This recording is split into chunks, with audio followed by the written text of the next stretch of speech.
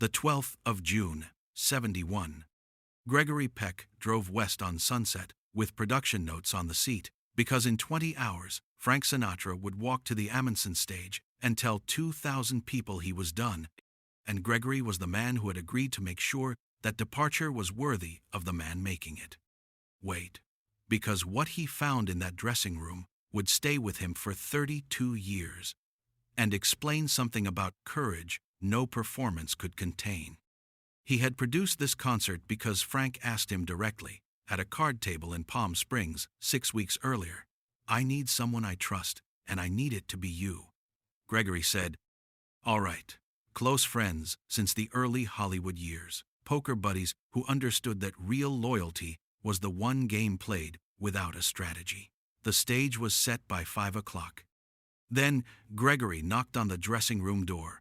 Frank called him in, and the mechanism stopped.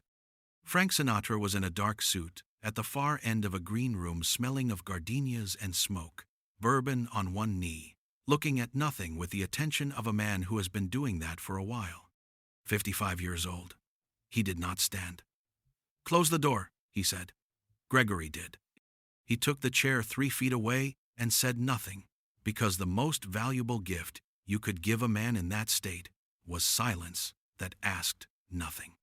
Have you ever been near someone carrying something so heavy that words would only reduce it? After a long pause, Frank said, "I was listening to the rehearsal playback. There are things in the voice only I can hear. I can still do this tonight. I can still do this. I am choosing to stop before I can't." Gregory let 5 full seconds pass. Then, in the quieter register, those who knew him recognized as his most serious, "I know. I understood that from the beginning." A pause opened between them with the weight of 2 men in their middle 50s, accounting for what they had spent themselves on. "Dean's going to give me grief about this for 15 years, Frank said. "Yes," said Gregory. "You think it's the right thing?" Frank said. "Not a question." Gregory met those eyes with the steadiness that had unnerved producers for 30 years. The most important performances of a man's life are the ones that happen offstage. Frank studied him. That's a very Gregory Peck thing to say. The real smile crossed Gregory's face. "I've had practice."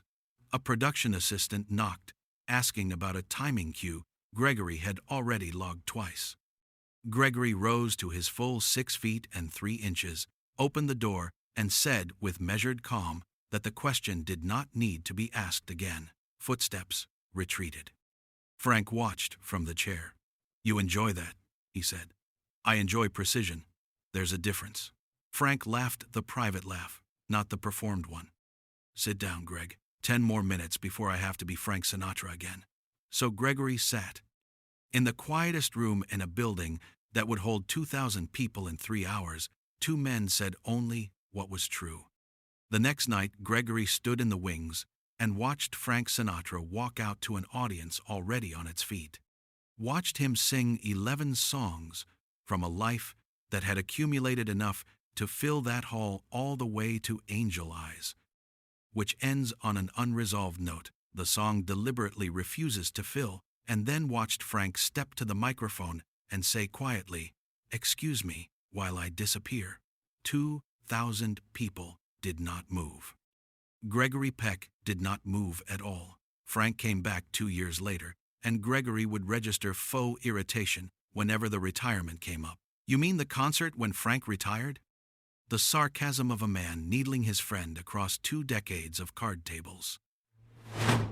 But what Gregory carried was those 10 minutes in the green room before Frank Sinatra had to go be Frank Sinatra for the last time. When Gregory stood at Frank's memorial in '98 and said, "Frank made us feel good about ourselves," he was translating something private into the only language a microphone carries. Have you ever lost someone who made you feel that way, and understood only afterward how rare it was? This is what Hollywood used to mean, the loyalty that shows up in a dressing room with the door closed and stays until it is no longer needed. If you remember when friendship was measured by what you were willing to be present for, This channel is for you. Share this with someone who understands that quiet rooms are often the most important. Subscribe to keep these stories alive, and tell us in the comments what Frank Sinatra song has stayed with you across the years. Or share a moment when someone's quiet presence made all the difference. Every memory counts. Every voice deserves to be heard.